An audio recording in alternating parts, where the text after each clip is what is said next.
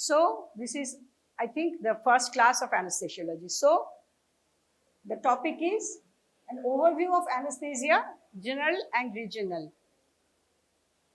So what do you think? What do your idea of anesthesia? Anybody? Okay, everybody knows that without anesthesia, surgery is not possible. Nowadays, in modern times, anesthesia is essential for the practice of surgery, and without anesthesia, surgery is unimaginable in modern day practice. But this anesthesia has come to this modern time, but before 5,000 years before Christ, there are evidence that surgery was undertaken at that time also. But it was without anesthesia because the patients were tied their hands and legs, or somebody is pulling their hands and legs, and surgeon is operating. There are pictures, and patient is having excruciating pain, patient is screaming, but the main criteria of the surgeon was his speed. As early as he can operate so that the patient becomes free. But all types of surgery was not done at that times. Only the surface surgeries, the amputation, trauma, even there are evidence of removal of this bladder stone at that time also. In our country, in India, in Sushruta and Charaka, there are Sushruta Samhita. There is evidence that surgery was undertaken in our country also, in our India also, in 500 years before Christ. And it has been shown from the different literature that the Egyptians were practicing surgery, and they first thought that surgery without anesthesia is not possible. So they used the poppy seeds, the unripe poppy capsules. From the unripe poppy capsules, the opium is derived. You have read in your pharmacology that opium and hyoscine, scopolamine, these are used, still now these are used as pre-anesthetic medication. But at that time, it was used for the sole anesthetic agent. And in South America, the Incas civilization in Machu Picchu, they have also mentioned that the surgeons, they used to chew the cocoa leaves. The history of anesthesia is very interesting, huh? So you must know. I think some people from, students from you may undertake anesthesia as your future profession. So the history is very important. Nothing is complete before the history. So history you must know. So these Incas, these surgeons used to chew the cocoa leaves, and they spit on the surgical area. So the area becomes numb, so the surgeon can operate. So from these literatures, we come to know that even those era, surgery was done under some sort of anesthesia. But people gradually, modern days are going, so people think that all types of surgery cannot be done without proper anesthesia. So what is the definition of anesthesia? Anesthesia literally means no sensation, and it is derived from the Greek verb for to perceive. The Oliver Wendell Holmes, he suggested the name anesthesia. That the mention of surgical operations performed in an era of 5,000 years BC, but no mention of pain relief during surgery. Sushruta in 500 BC performed all types of operations without anesthesia, but he was handicapped because all types of operation cannot be done. Intra-abdominal operations cannot be done without proper muscle relaxation and anesthesia. So first, in the year 1971, Joseph Priestley, he discovered oxygen. And in 1772, Joseph Priestley also discovered nitrous oxide. In 1798, inhalational properties of nitrous oxide was mentioned by Sir Humphrey Davy, as there was relief of pain caused by an erupting wisdom teeth, but clinicians overlooked his suggestions. He suggested that there is pain relief after inhalation of this nitrous oxide, but it was overlooked. In early 1800s, recreational use of ether frolics came into place. In 1540, a flammable volatile liquid was synthesized by Corgus, and he named it sweet vitriol as it smells sweet. It is formed by sulfuric acid and ethyl alcohol, and it is actually the diethyl ether. In 1740, Frobenius named it ether from the Greek word for ignite or blaze, because ether is flammable, highly inflammable.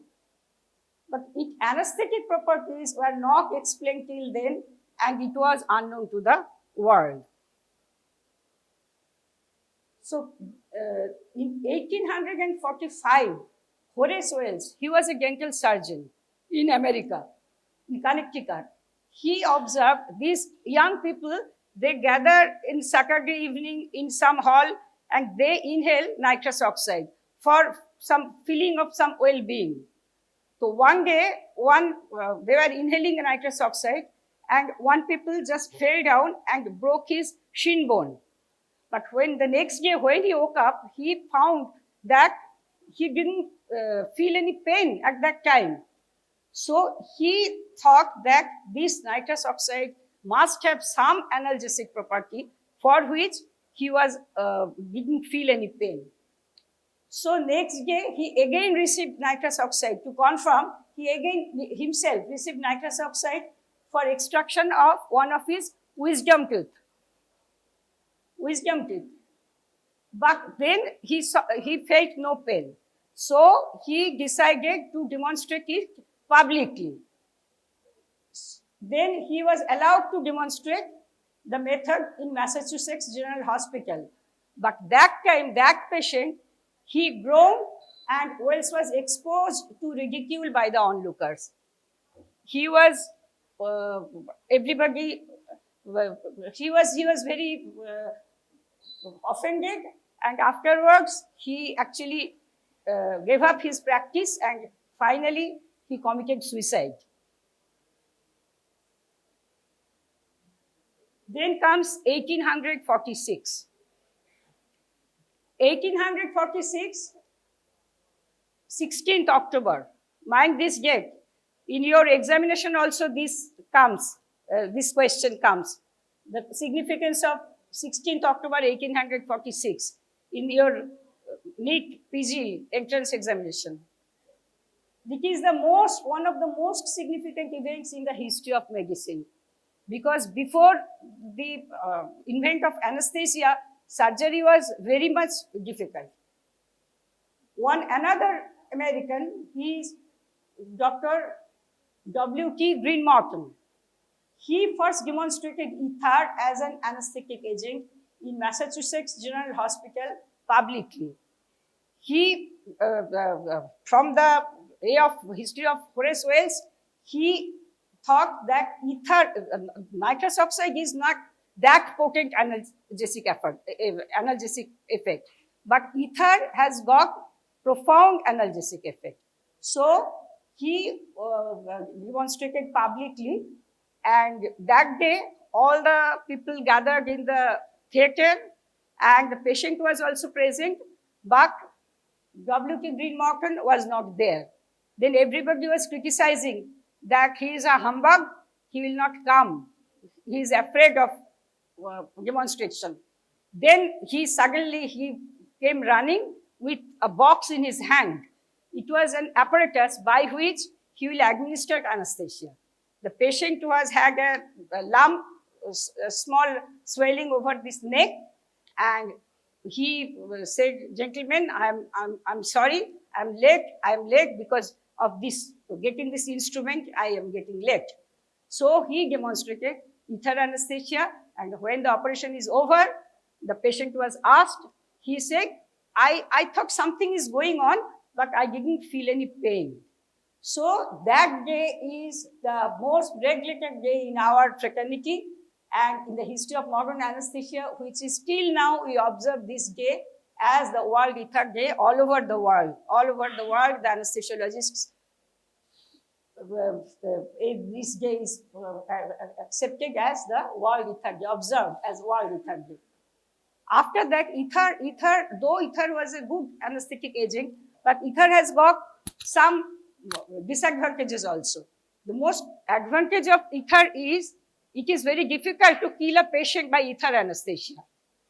So that is advantageous.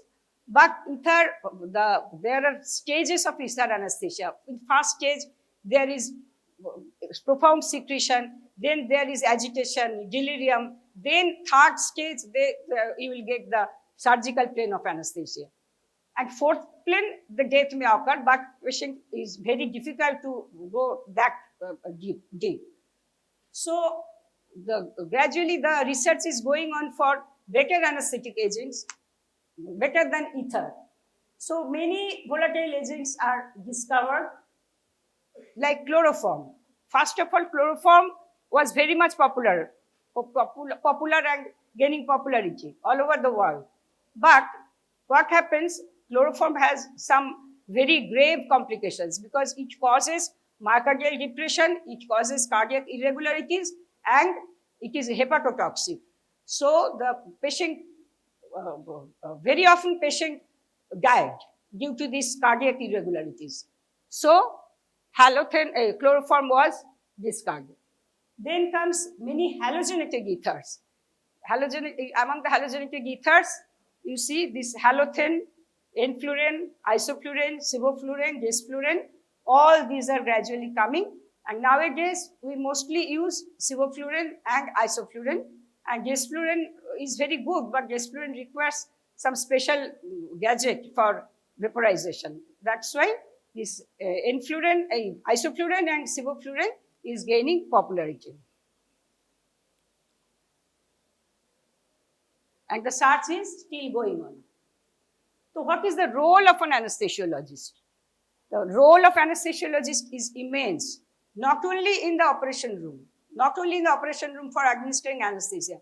Though you see, if any major surgery or any difficult surgery has been undertaken, in the paper it is written that this surgeon has operated this type of surgery, like that. But previously they do not mention the name of the anesthesiologists, because we are the unsung heroes. We stay behind the curtain. People cannot see us. But the irony is sometimes the surgery is not so difficult, but the patient is diabetic, hypertensive, or hypothyroid, or obese, many comorbidities. So that is the problem with the anesthesiologists. But you have to manage the patient from all these aspects. But surgery is easy, but everybody knows the name of the surgeon, not the anesthesiologist. So not only in the operation room, the mostly anesthetist work is in the operation room. Then post-anesthetic care unit. It is nowadays become practice that after the operation, first 48 hours, the patient, suppose a major surgery, not an appendectomy or something like that, but if a major surgery is done, the patient is sent to post-anesthetic care unit. So that post-anesthetic care unit, there the pulse, blood pressure, ECG, oxygen saturation, the water input-output, the urine output, pain relief, everything is managed by the anesthesiologist or intensivist. In all the hospitals and in the private clinics, you see the in charge of the ICU for post-anesthetic care unit is an anesthesiologist. Then the preoperative clinic. In our times, there was no preoperative clinic. So suppose the patient has come for an operation on the table, we found the patient is hypertensive. So the patient has to be cancelled. Operation is cancelled. So to overcome this, nowadays, all the hospitals have a pre-anesthetic clinic. Whenever a surgeon suggests an operation, the patient is sent to the pre-anesthetic clinic. There, the anesthesiologist, he first of all, takes the history. You know, what is the problem? What operation is to be done? Then history of personal history, whether the patient is smoker or patient has drinking habits or any family history. Suppose sometimes his father or mother died of some complications after operation, and whether the patient had undergone any operation previously before that, and at that time any complication arises or not, and any drug history, allergy to any drug or any food. Then we do a clinical survey, all the anemia, jaundice, clubbing, edema, and you have to auscultate the cardiovascular, respiratory. These two systems are very much important for our point of view. All are to be noted, and any drug history patient is taking, if patient is taking some drugs for any diabetes or hypertension or thyroid, that is to be noted. And if you think that this patient, suppose the patient gives you a history of syncopal attack, and you see in the ECG, if the reports are not there, you advise this drug, these tests are to be done. Suppose in ECG you see there is bifascicular heart block, and the patient is giving you the history of syncopal attack. Then, if it is a major surgery, a temporary pacing may have to be done before the operation. So these are things are to be kept in mind, and if necessary, the patient is referred to other departments, cardiology or pulmonary medicine or endocrinology, for proper management of the problem. And when the patient becomes, everything is all right, then the patient has been admitted. Otherwise, the patient has been admitted, he is occupying a bed, and the operation is delayed days after days. So when the patient is fit for anesthesia, then only patient is to be admitted to the hospital. Then respiratory care unit, that is also run by the anesthesiologist.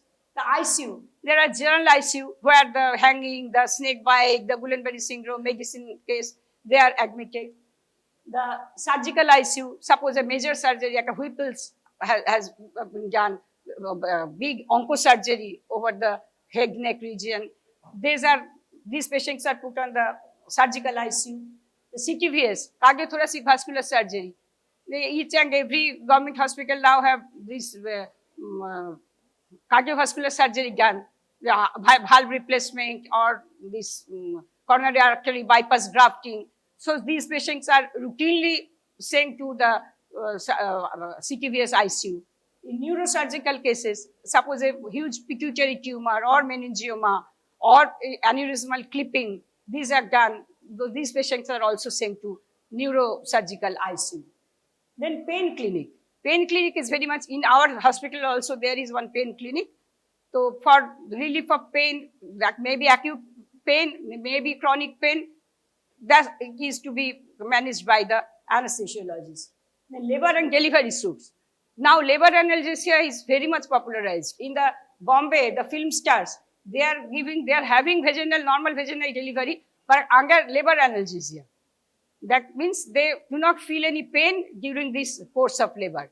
So this labor suit and delivery suit, there is importance of anesthesiologist. And the radiology suit, cardiac catheterization suit. In radiology, especially the children, some patients, they have cardiac catheterization, many pulmonary stenosis patients or small VSD, these patients are treated in the cardiac catheterization unit. So there also, the children, naturally they are very much scared of this environment. So you have to administer some type of anesthesia. Gastroenterology suit, where the endoscopy is done, gastroscopy, colonoscopy, ERCP, there some form of anesthesia is to be administered. Opioid detoxification. In the patients who are addicted, de-addiction center, rehabilitation center. In those centers also, the necessity for an anesthesiologist.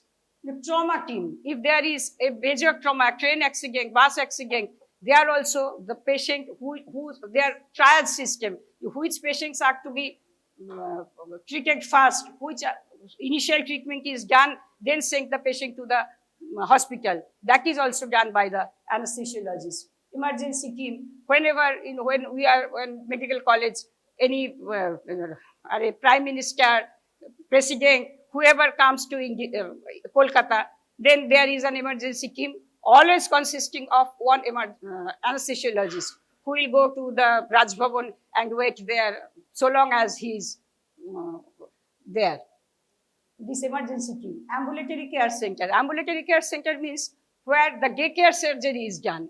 Nowadays, so many cases are done under daycare. Suppose the eye surgery, in eye trauma, cataract surgery, it is done under daycare, but though it is done under topical anesthesia, but some centers, always an anesthesiologist should be present, because if any complication arises, he will or she will manage.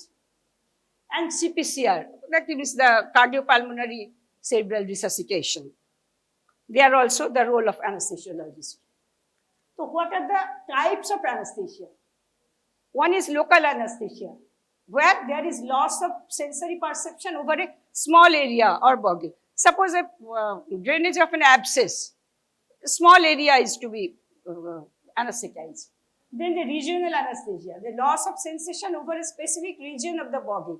That means suppose a patient has come for undescended testes, or hernia, or hydrocele, or piles, fistula, fissure, any operation in the lower limb, below umbilicus, we give subarachnoid block or epidural block, so that that part is anesthetized, but the upper part, the patient is conscious. Another is monitored anesthesia care, conscious sedation and observation and management of complications.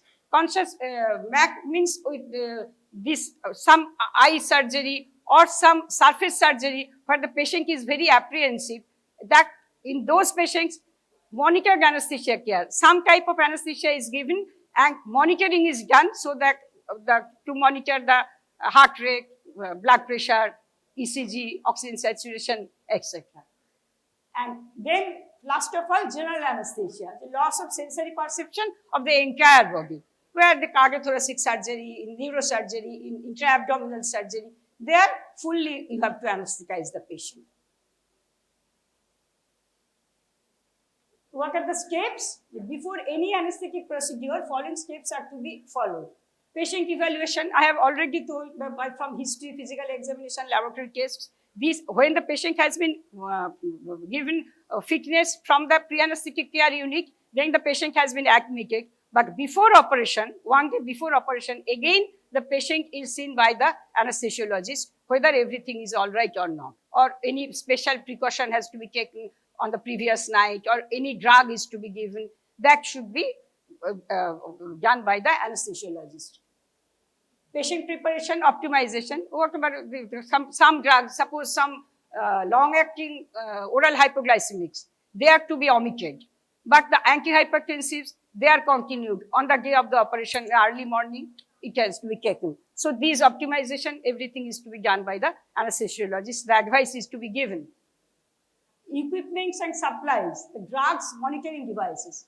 Equipments means in the operating room, if you have the patient is to be under general anesthesia, you have seen that anesthesia machine and all the equipments which are needed for general anesthesia are to be kept ready.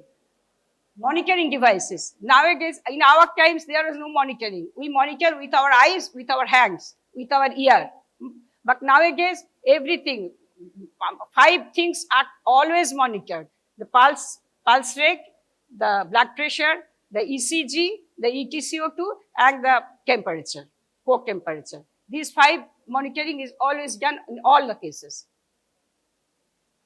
Pre-anesthetic medications, if any, the patient becomes very much anxious whenever he will come to OT. So if the patient is under sympathetic stimulation, there will be increase in heart rate, increase in blood pressure. So you have to give prescribe some pre-anesthetic medication so that the patient becomes calm and quiet and calm when coming to the operation room.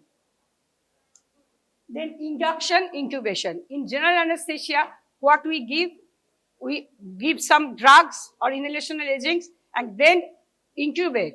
We put an endotracheal tube into the trachea and artificially ventilate the patient throughout the operation. Then maintenance and monitoring. During operation, you have to judge whether the patient is coming out. So again, you have to supplement the analgesic, the muscle relaxant, everything. And when the patient near completion operation, then you have to get ready with the reversal. You have to reverse the patient. Patient should be wake up after the operation. And you have to judge whether the recovery is full or not.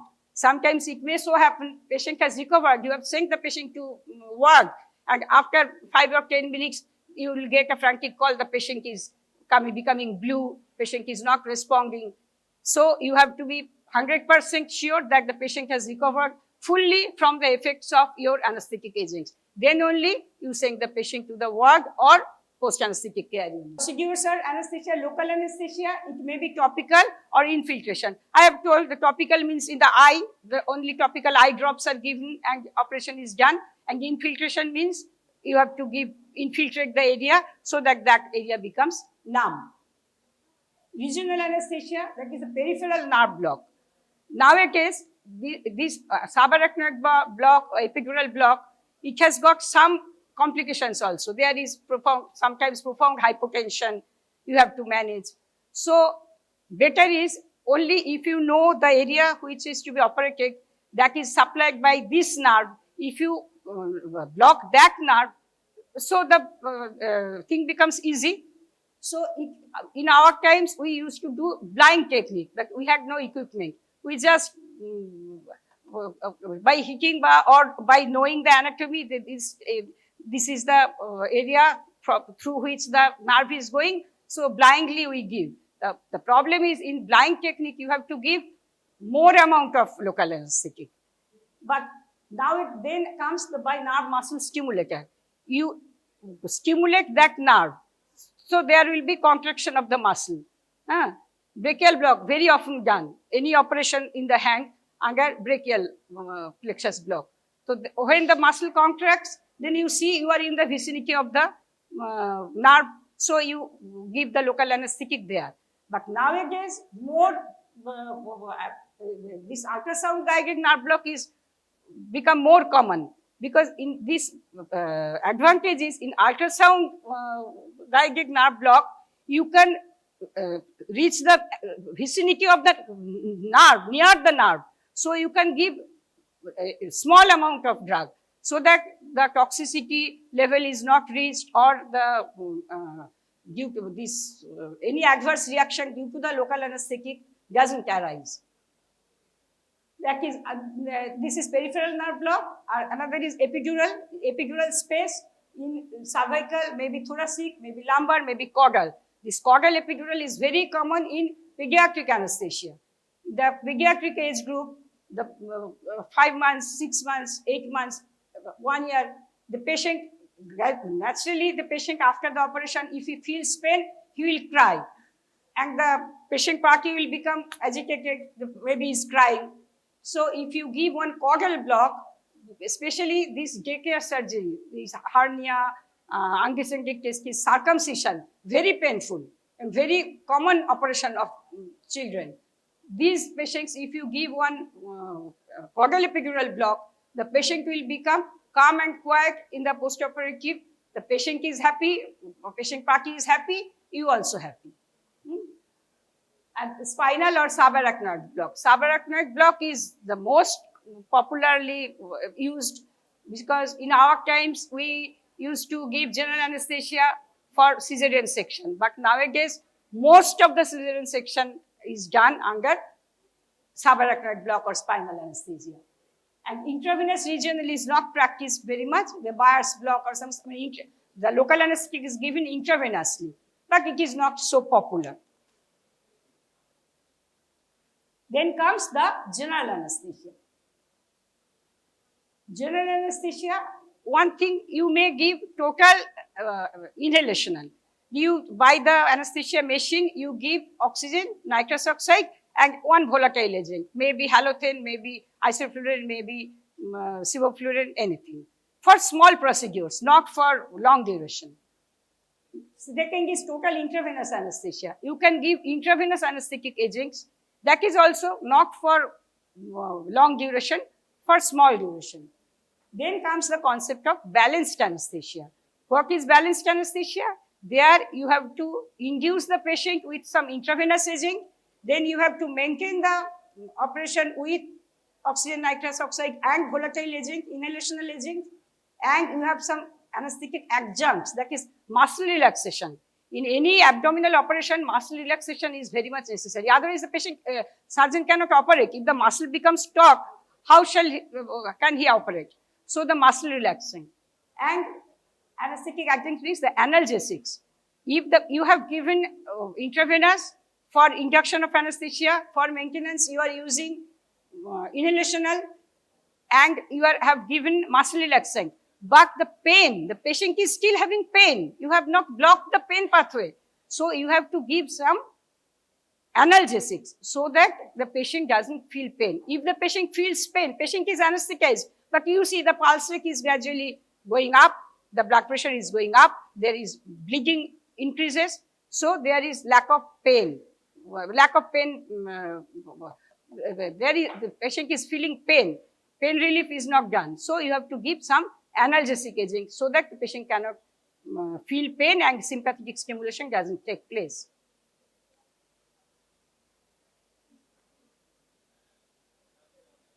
What is general anesthesia? Continue. The loss of response to and perception of all external stimuli. So the components of general anesthesia I have already told. The analgesia, amnesia, the patient cannot recall anything post-operative. Anxiolysis, areflexia. Suppose if there is not areflexia, patient is not fully anesthetized. Whenever the surgeon gives the incision, patient will take off the limb or patient will move. So areflexia and attenuation of autonomic responses to painful stimuli. What I have told, that there will be no sympathetic stimulation, so that there is increase in pulse rate and blood pressure, and muscle relaxation if needed. Among the general anesthetics, inhalational agents are gas, that means nitrous oxide with oxygen, and volatile liquids, maybe halothane, isoflurane, desflurane, or sevoflurane. And in parenteral, IV route, the barbiturates, the thiopental sodium. This is now, till now, this is the most accepted intravenous anesthetic agent, inducing agent. And benzodiazepines, that is midazolam, diazepam, they also can be used. And opioids, there may be morphine, fentanyl, peridine, pentazocine, and miscellaneous this induction agents. Among the induction agents, nowadays propofol, etomidate, they are also used. Etomidate has very good cardiac stability. So in cardiac cases, we prefer to use etomidate. Phases of general anesthesia: induction, initial entry to surgical anesthesia, then continuous maintenance. You have to give, every drug has its half-life. Whenever you see that the action is wearing off, you have to supplement that drug.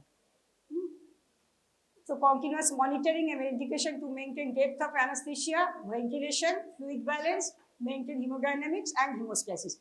That is, hemodynamics is maintained by looking at the monitor. You can see whether the patient is having hemodynamically stable or not. And emergence, resumption of normal CNS function by extubation and resumption of normal respiration. When the operation is over, you have to wake up the patient, whether the patient is fully awake, all the effects of completely come off from the effects of all the inhalational and induction or IV agents, then only you will send the patient to the post-anesthetic care unit. Because this induction and emergence, these are the most two difficult parts. Suppose in a plane, while the patient is getting off from the ground and while the patient plane is touching the ground, this two time is very serious. In patients also, during induction, any problem occurs generally during induction or during emergence. In the meantime, the patient actually becomes stable if you monitor all the parameters. The assessment of patient readiness for surgery, most important to anesthesiologists look for in the PSC clinic also the airway. If the patient has to undergo general anesthesia, you have to intubate the patient. So the airway is very important. Whether there is any loose tooth or any denture, that is to be noted and that is to be taken out before operation. Resuscitation, so, and physiology, pharmacology, pathology, all should be, you should be well versed with the physiology, with the pharmacology of the drugs, of the agents, pathology, fluid replacement, how much fluid, generally surgeons depend on the anesthesiologist, how much fluid is to be given, what type of fluid is to be given for first 24 to 48 hours, it depends on the advice of the anesthesiologist. And reduction of operative stress by giving analgesic, and post-operative pain control, that is also by giving analgesics. Anesthesia and mortality.